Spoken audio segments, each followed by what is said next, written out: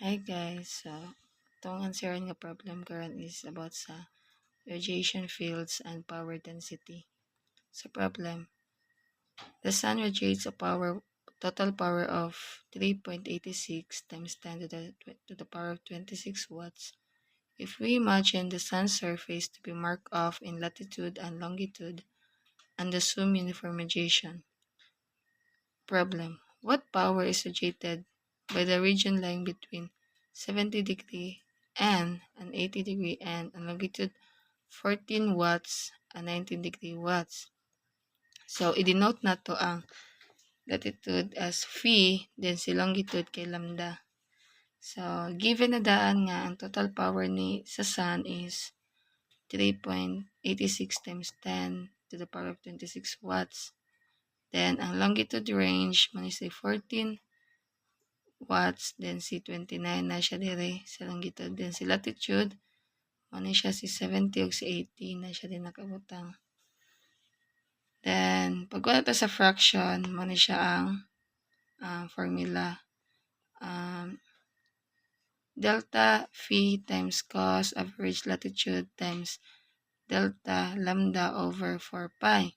Pagkuha na to sa delta phi or average latitude niya ay mo na itong gamiton minus lang na to sila para makuha nito ang delta phi, then si delta matagihapon minus, then sa average latitude average siya, so kuha na to ang average niya which is 70 plus 80 over 2 mo na siya ang answer.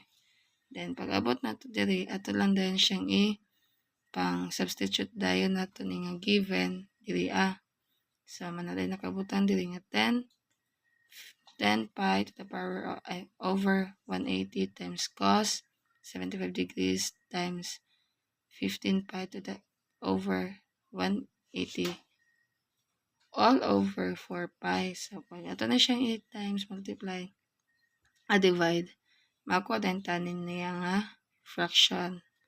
Then gamiton din nato siya pagkuha sa power radiated by the region kay maman siyang gipangita jud.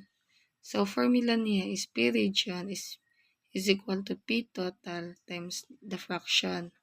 So man siya si P total nato nakuha siya dire. Then si fraction man itong gisolve nato dire. Then ato na siya i-multiply.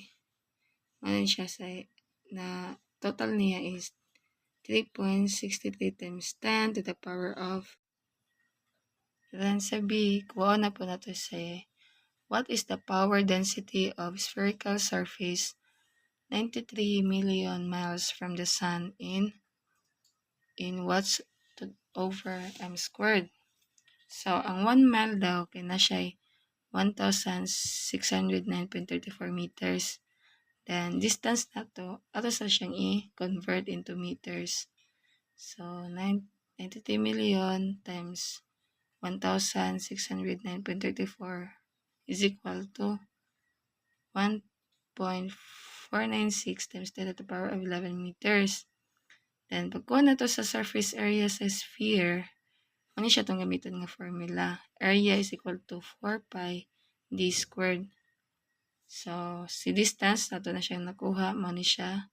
Then naka-square man siya, ato po siyang square dire. So ato na siya multiply, nakuha nato ni siya nga result 2.81 times 10 to the power of 23 meters squared.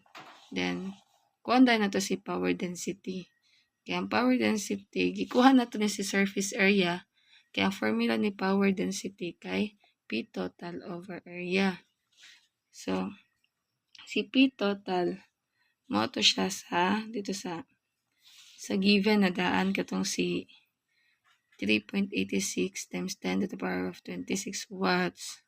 Ito siya. Then, i-overdrive na to siya sa area nga ito nakuha dire, which is 2.81 times 10 to the power of 23 meters. Then, pag ito na silang i-divide, makakuha din tag answer nga 1,374 weight per meter. So, para ato lang yun permanente dumduman ang formula, then derive, then makakuha na din ta sa answer. Thank you.